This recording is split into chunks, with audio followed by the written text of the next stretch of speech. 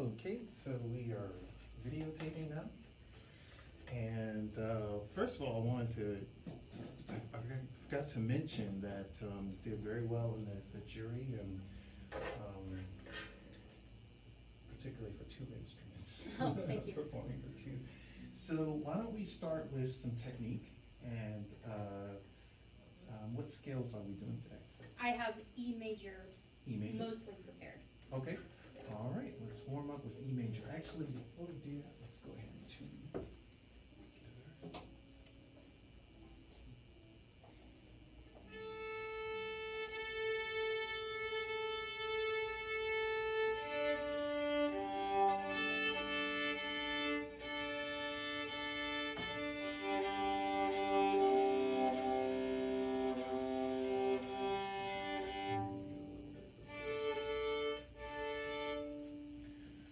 Okay. Do you want slurred bowings or just separate? Yeah, let's do this for like two per bow.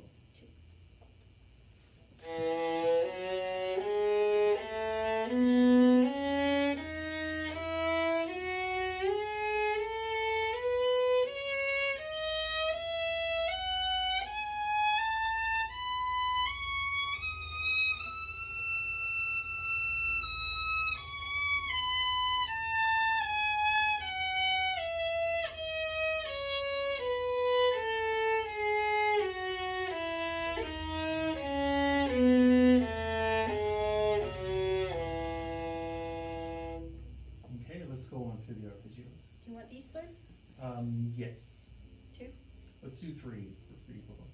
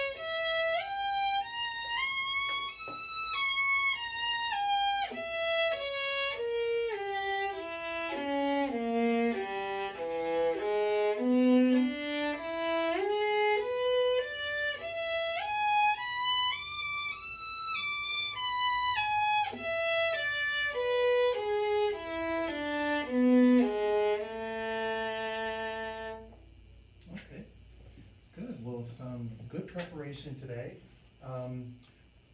Just a quick thing for the four-note chords, I would do four per bow Okay. as well. And remember, in this book, they use all kinds of bowings because it's basically, they're trying to give you variations on different Right. ways you can do it. But we'll always stick with the three for the arpeggios and then four per bow for this one.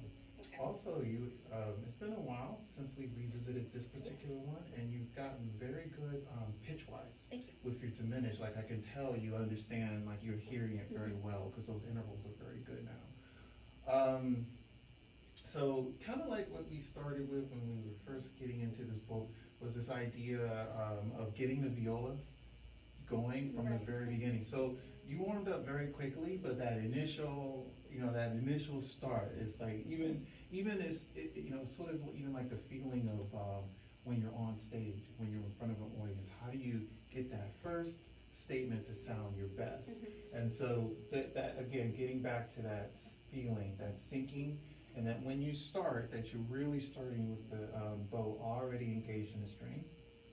Some people call it playing from the string, actually. So, because the idea of playing off the string would be kind of more of the bounced approach. Okay.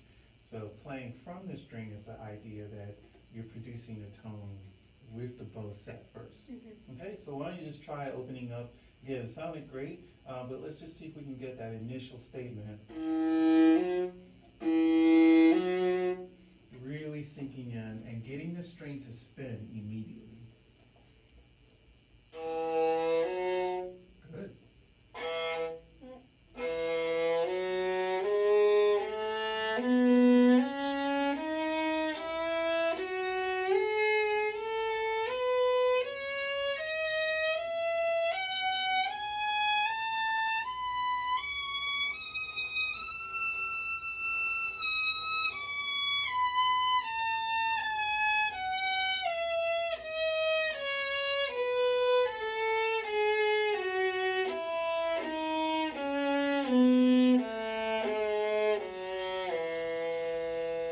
Good. Okay, and another thing to keep in mind is that you often learn from the response of the instrument.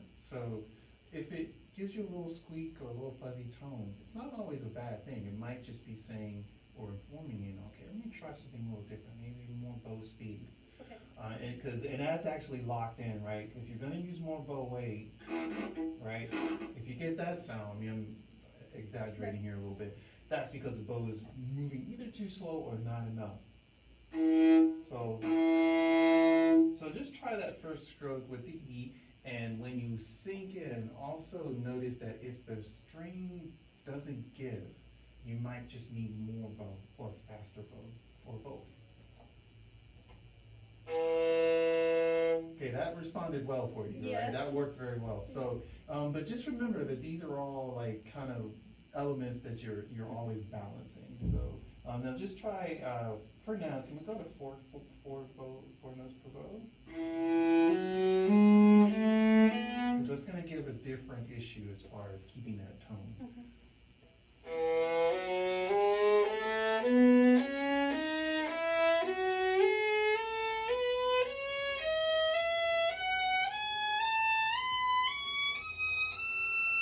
Good, good. Okay, and being very picky here, but that first shift, the G sharp, right? So G sharp is an interesting note, but it really should be low in the scale as far as tempering goes. So when you're aiming, even though it's a sharp, you know, do, re, mi, you know, we tend as string players to play it too high. Do, re, mi. We want to really think of it as a lower. And then the fact that you're shifting also encourages it to be sharp. So just think of it as not even that you have to aim low, but that the color of the note, it's a darker, you know, a darker color to it.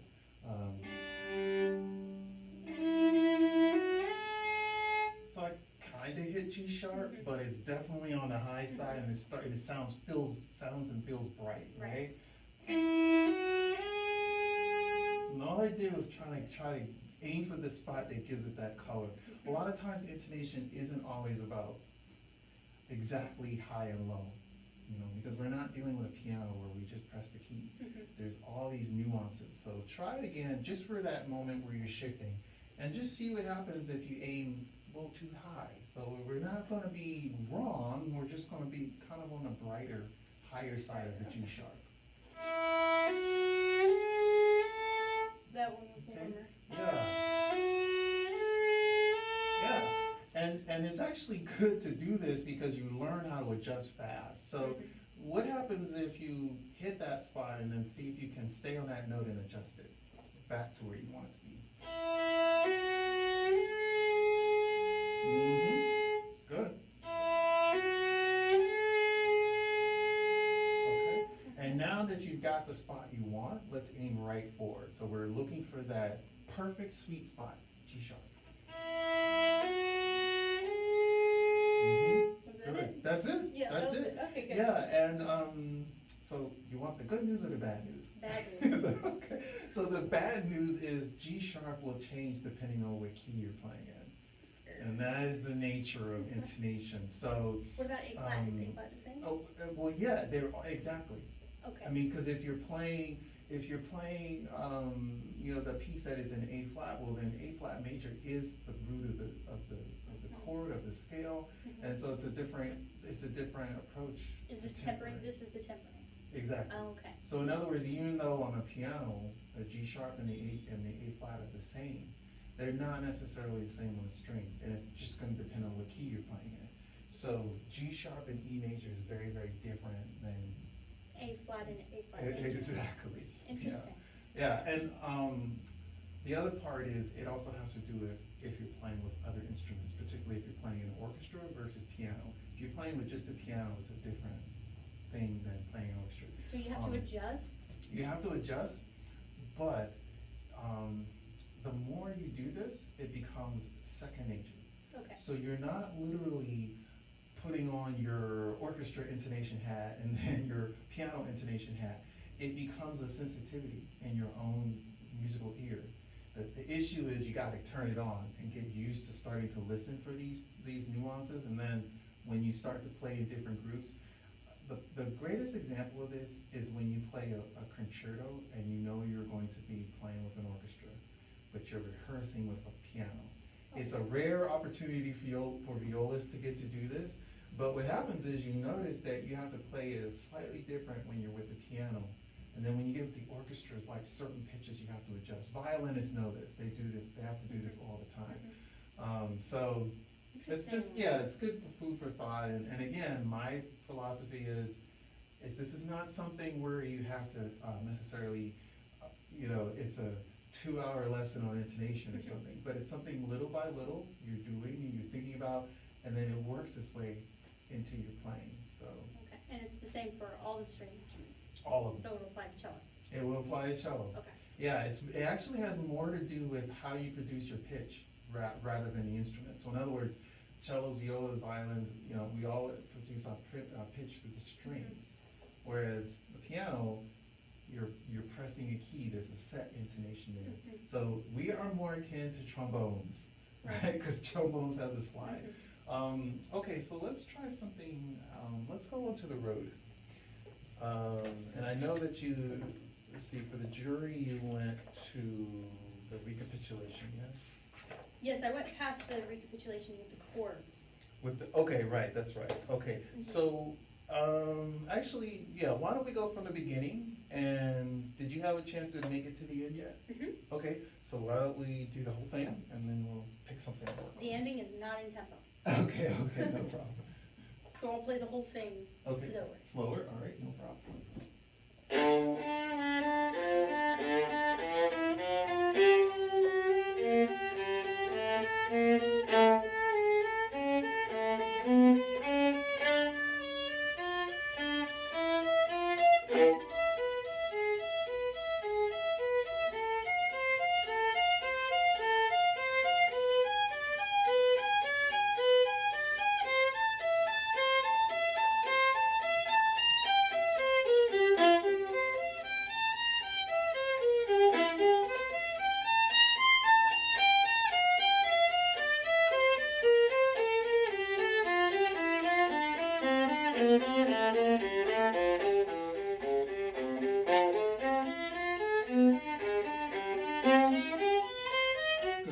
Okay, so let's stop there, and we are going to get to the end, but I actually would like to hear that much that you just played, and play it in tempo. And I'll explain why. Okay.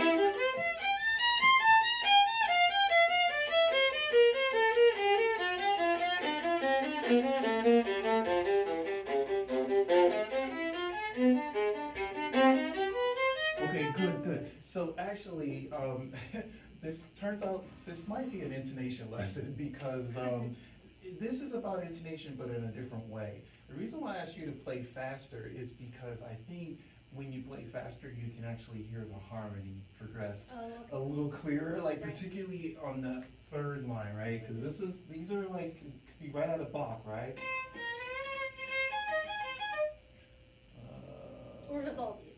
bit wider.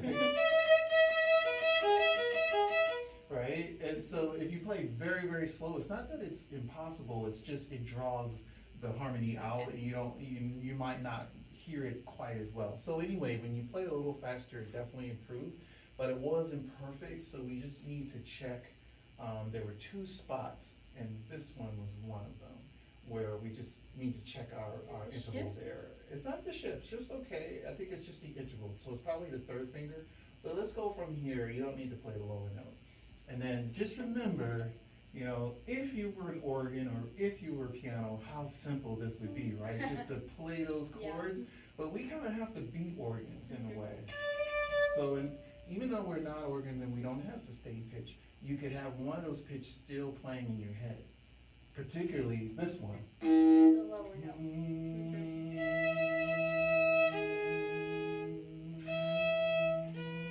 But I'm not asking you to hum. No, that's crazy hard. But if you're humming inside, it really helps with the pitch. So, in fact, I'll be your pedal tone, okay? Okay. And you go ahead with the higher notes. But why don't we go slow so we can really check okay. those pitches?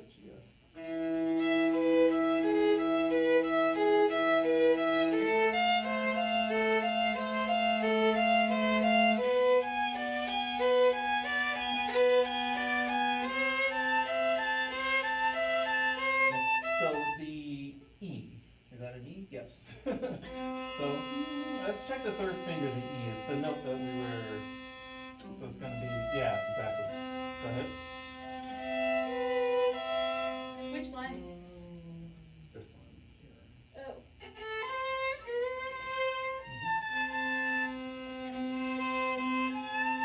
Oh no, now I'm lost.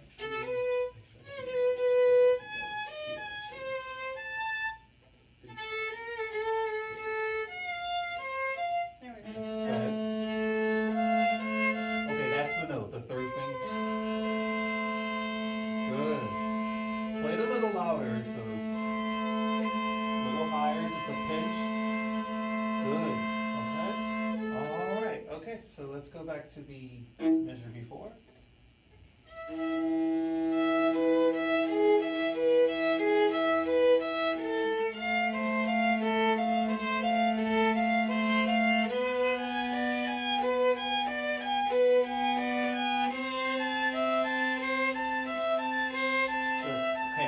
That's C also, okay? Is it so sharp? just it's the root one that, or I'm the pedal, so you gotta. There we go. I see. Yeah.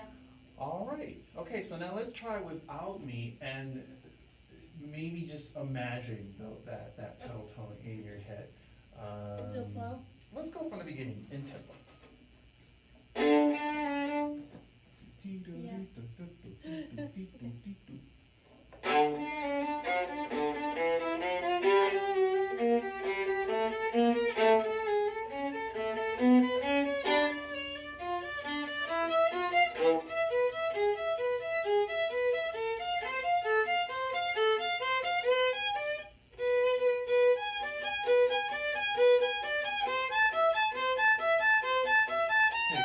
Good. Now, I want you to have that experience now, uninterrupted. So let's go right from the low E. It was good, but I want you to be able to, so let's go from the low E and just track all the way through. And now that we fixed sort of the intervals, don't forget that each moment is like an interval in itself. So you got. So when you shift, think of the interval. Yeah, just do the whole, exactly. Both fingers together. Don't think of it as a single note, but think of them as a unit together. Okay,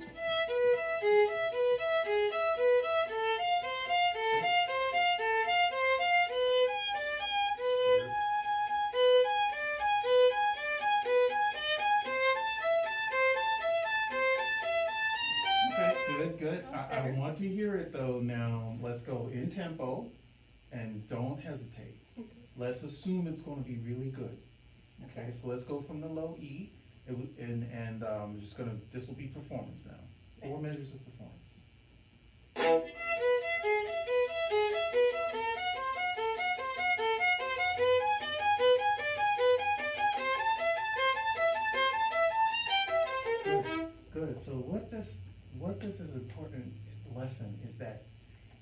there's a moment where you're working on it and you're tearing it apart and thinking of all these strategies. Like we just went through 2 or 3 strategies on how to approach the intonation. And then you test. So you gotta give yourself a moment where you don't question, you just do it, and you see, okay, now if it didn't quite work as well, then you go back and you repeat those steps. It's a great way of not getting frustrated with. I am prone to that. Yeah. So, so now it's funny, we were talking about A flat. So in this one here, you have F minor. So, wait. This one's the Where's F my minor. F minor? There you go. I knew it was there. So yeah, in the F minor, A flat is different. Then Right? G sharp. And then absolutely, and you know, in an F minor, needs to be lower so than- yes, yes. So you in that measure, you've got a couple of really important tendency tones. Assuming that we're kind of in the F minor or C minor range there, the E, the first beat there, the E is going to be acting as T do to F, which means E needs to look up. Oh. Whereas the D flat next is looking way down and A flat's looking way down.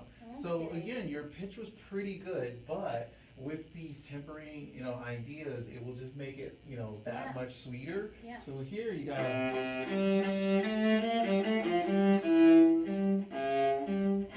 right, so you gotta make sure that, see, it's going down to the dominant. Right. Dominant and tonic, right? So if you go, then suddenly it's like you're guiding your ear, or the ear is guiding you in a way because you know where the harmony is going. Right. Okay, so let's, if you want, just can go from here, and when you get there, again, you don't have to do anything, you know, it's already pretty good, but now you're sort of aiming those Okay. pitches towards a certain place. In tempo? Yeah, because we're not at the end yet.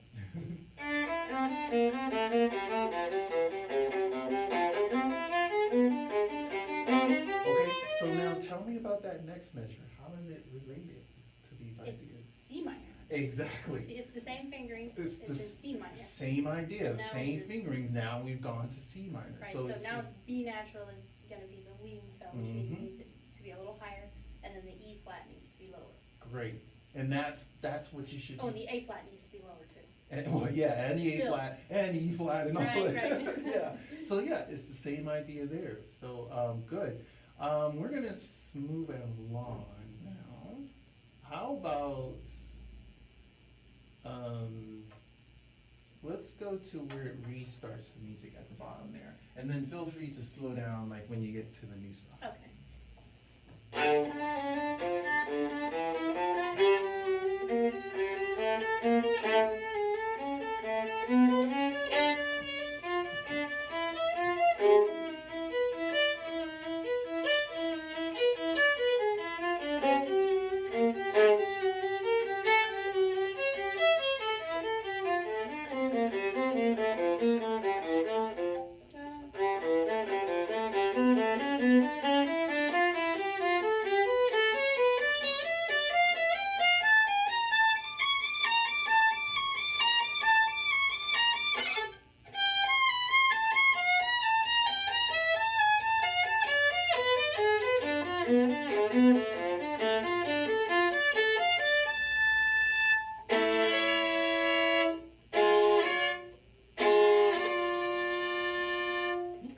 Okay, not bad. Let's, a couple of things.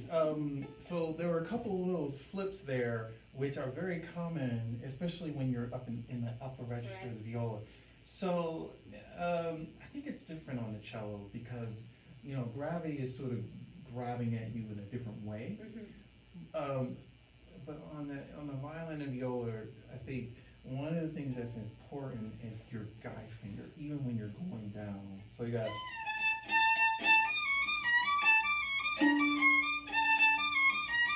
At that moment, I still have my first finger anchored, even though I'm not even playing first finger. But I'm about to shift, so that first finger is gonna help. Right. See that? You're guiding Right. that position change, so.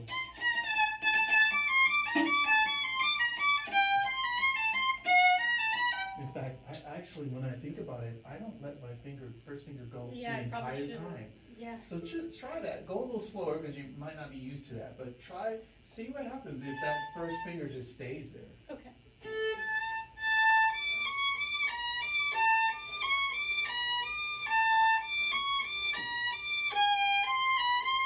Ah, I'm lifting it. That's the problem.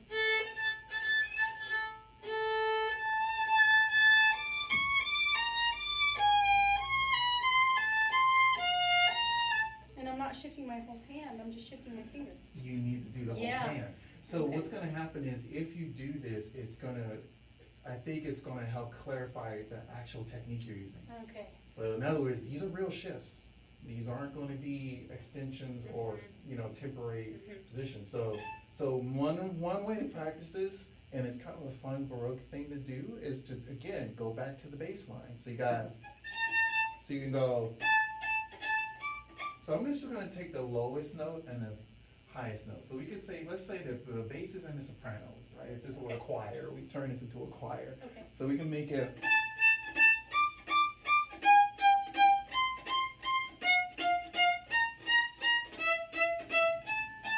Now I'm playing it very fast, but you don't need to do that. But this actually helps you're practicing your position.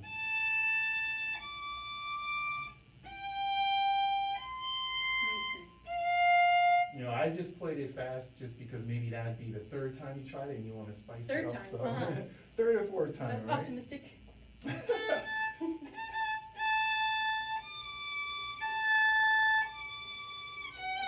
And I'm shifting prematurely. Well, but that's the moment, right? There's a couple of things that happen. There's the feeling, the hand is like, where are we going? Right. So the first finger is going to help as the guide finger. Mhm. But this is a new thing you're trying, so don't expect it to be perfect the first time. You're Right. actually practicing a different technique. You've been using part extension, sort of, in between Mhm. technique, which is very useful for certain situations. But I think for this one, definitely you want to practice it as a clean shift, down, down, down. One of my old teachers would have insisted that I identify the position. Identify the position. Yes, all Okay, of them, so- and that used to bother me so much, and then I understood the concept behind it. So I won't make you identify the positions. However, knowing that you are going position to position to position, I think that's what he was trying to get me to Okay. understand, is that, Mhm. in other words, don't just wiggle around. Sometimes you need to do that, but in this case, this is definitely one of those complete position changes. So. Okay. Let's try, again, I know you're just getting used to that, but let's try maybe a bar or two to climb up, and you could go a little slower. But basically, let's go back to performance mode and see if you can incorporate more of just the shifting position motion.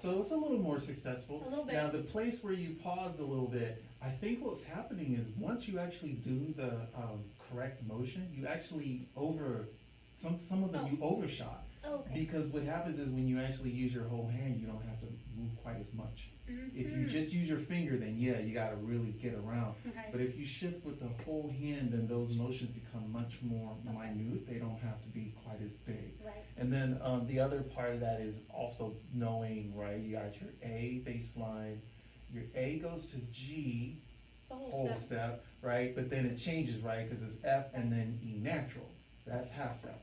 F to E Right. natural. So just knowing which, am I doing my whole step or my half step? That's all gonna inform on that. Again, you're doing very, very well with it. Just, this would be like the It's good to next. actually analyze what intervals you're playing. Yeah, and then bringing it to that next level, Okay. is what we're thinking, so. There's something else. Oh, actually, so you kind of back off a little bit here, one little more. Just really give that a good thing. And it doesn't have to be a harsh one. It's almost, like a little bit of extra, speed suddenly. So, this will be a little tricky to do, but if you took out the notes, it'd be.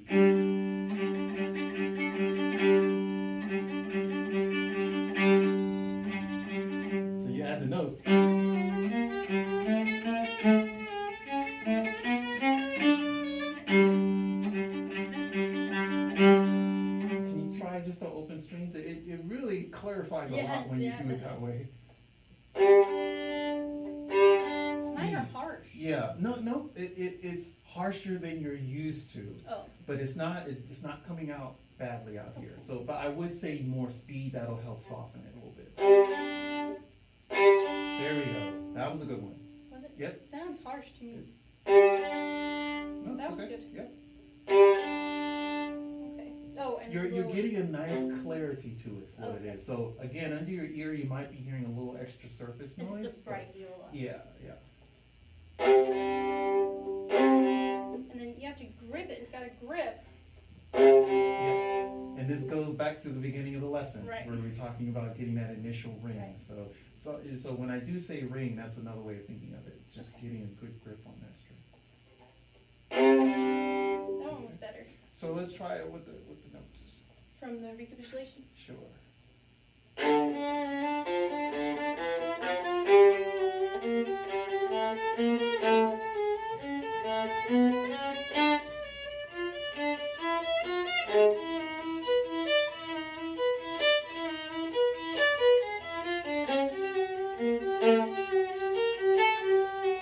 Okay, good. Okay. So I like the last three measures there. The first one of that second line, you kind of backed off. Okay. I think it's because you want to make sure it's soft, which I totally appreciate, because Okay. it is supposed to be soft. Mhm. You're right. But soft, but with those Right. bursts of energy. Right? Okay. Okay, good. It's really good stuff here. Let's see. Would you like to play some of the ending, or should we go on to favor? Let's do a little bit of this one. A little bit. Okay. Just a little bit. Oh, before